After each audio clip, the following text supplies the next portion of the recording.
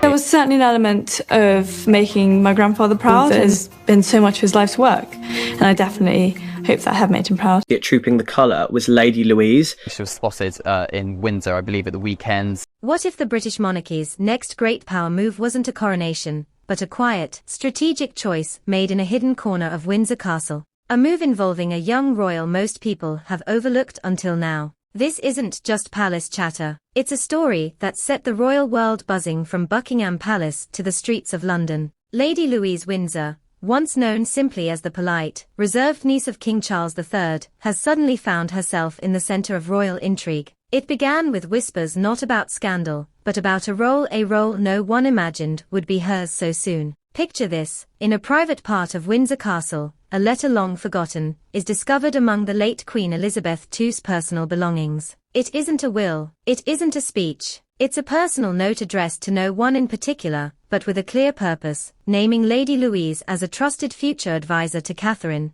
the Princess of Wales. And then, the moment of truth, Catherine herself, moved by those words, steps forward publicly to confirm it. At just 21 years old, Lady Louise has always been something of an enigma. She's the daughter of Prince Edward, the Duke of Edinburgh, and Sophie, Duchess of Edinburgh, known for their preference for a quieter, more private life. Unlike Prince William's and Prince Harry's children, Louise was raised away from the constant glare of cameras. Her life so far, surprisingly ordinary. She went to a regular school, pursued literature and sports, and even worked a summer job at a local garden center, earning her own paycheck like any other student. This normal upbringing shaped her into someone relatable, but still undeniably regal. Royal watchers point to moments over the years that hinted at her potential. She was a bridesmaid at William and Catherine's wedding in 2011, handling the pressure of global attention with calm. She stood tall and composed at Queen Elizabeth's funeral, her presence quiet yet powerful. These weren't rehearsed acts for the cameras, they were glimpses of someone quietly preparing for something bigger. Future. The late Queen was famous for her forward-thinking approach, making careful plans for the monarchies. According to palace insiders, this letter was part of a collection of private correspondence meant to be revealed only at the right time. In it,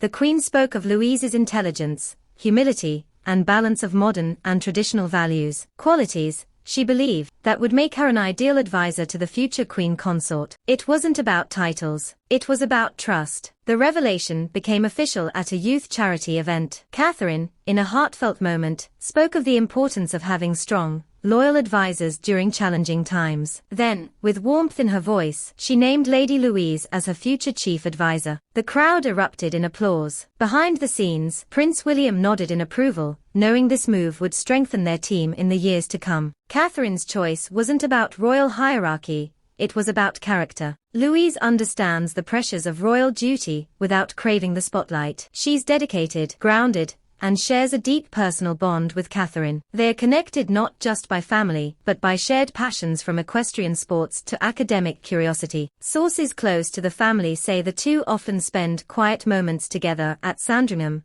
discussing both personal challenges and the future of the monarchy. Louise's strength also comes from her parents. Sophie and Edward made the unusual decision not to give their children royal titles, focusing instead on a down-to-earth upbringing. That choice gave Louise space to grow without the crushing expectations that often come with royal birth. The result? A young woman who can balance tradition with independence, exactly the type of perspective Catherine wants at her side. With King Charles streamlining the monarchy, the pool of working royals is smaller than ever. Trusted family members like Louise, who can contribute without overshadowing others, are invaluable. Her advisory role is expected to cover everything from youth-focused charities to shaping public appearances, offering Catherine a voice of reason rooted in both empathy and practical thinking. Some royal insiders speculate this could be the first step toward a noble title for Louise in her own right, perhaps connected to her Scottish ties or her father's current dukedom. Others see it as a potential springboard into military service, following in the footsteps of Queen Elizabeth II,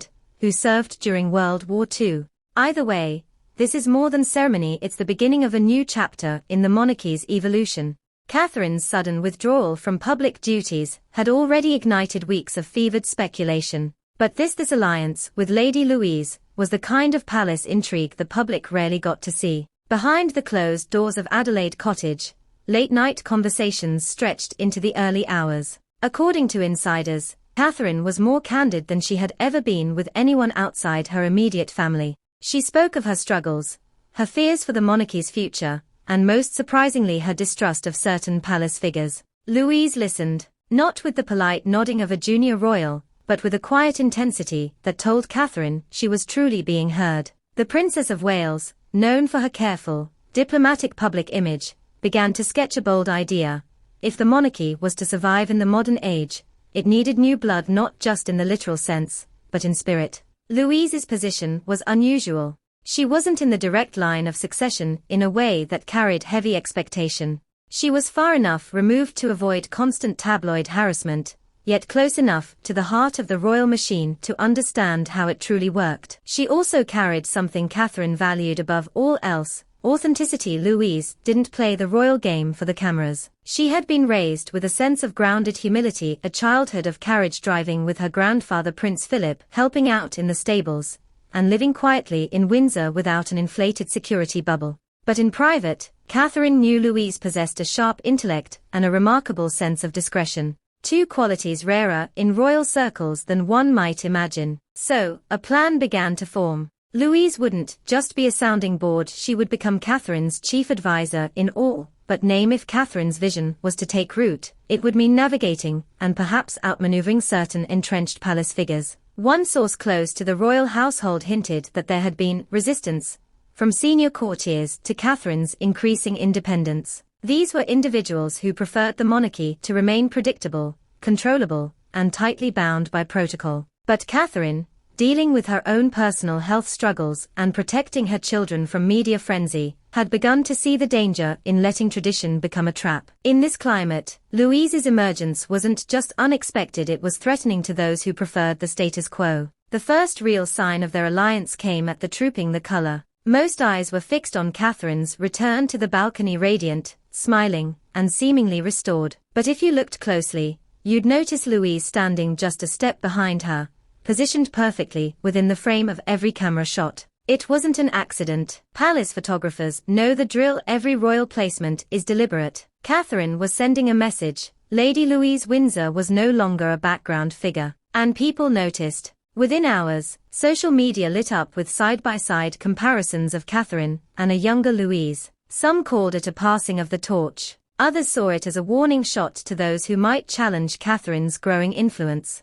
Louise's strength lies in her ability to bridge worlds. She can slip into a royal engagement with the grace and poise expected of a Windsor, yet she can walk through Windsor Great Park without attracting a swarm of paparazzi. She knows the language of duty, but she also understands the modern expectation for transparency and humanity in public life. Catherine reportedly believes Louise could become the monarchy's truth-teller, someone who operates outside the suffocating bubble of palace politics, yet remains loyal to the institution's survival. This is no small gamble. Throughout royal history, advisors who gained too much influence over a senior figure often found themselves targeted by the press, by rival courtiers, even by members of the family itself. But Catherine seems willing to take that risk. And from all accounts, so is Louise. Multiple sightings have fueled speculation that the two women have been meeting privately far more often than official schedules suggest. There are whispers of strategy sessions over tea at Adelaide Cottage,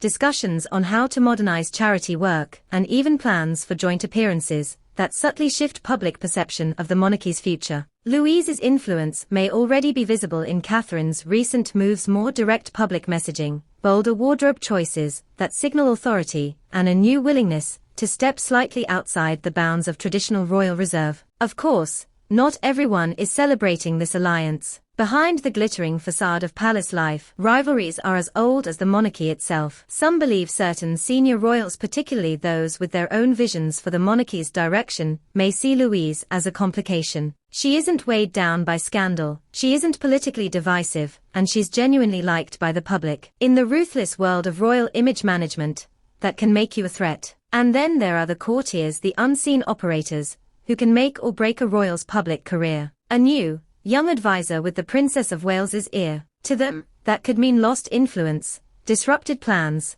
and a dangerous shift in the balance of power. What makes this story all the more fascinating is its timing. The monarchy is in a moment of transition. King Charles's reign is still in its early stages, but questions about longevity and succession are already being whispered in the corridors of power. The public, meanwhile, is increasingly skeptical of hereditary privilege unless it comes packaged with relatable humanity and genuine service. By elevating Louise, Catherine is subtly signaling a vision of the monarchy that is less rigid, more human, and anchored in a new generation of royals who can connect with the public without appearing out of touch. If rumors are correct, the next significant moment will come at an upcoming state event where Louise is expected to appear alongside Catherine in a far more prominent role than before. For those watching closely, the way they interact, the smiles, the glances, the unspoken cues will speak volumes about the depth of their partnership. And if the reaction is positive, Catherine's quiet gamble might just pay off, solidifying Louise as not only her trusted advisor,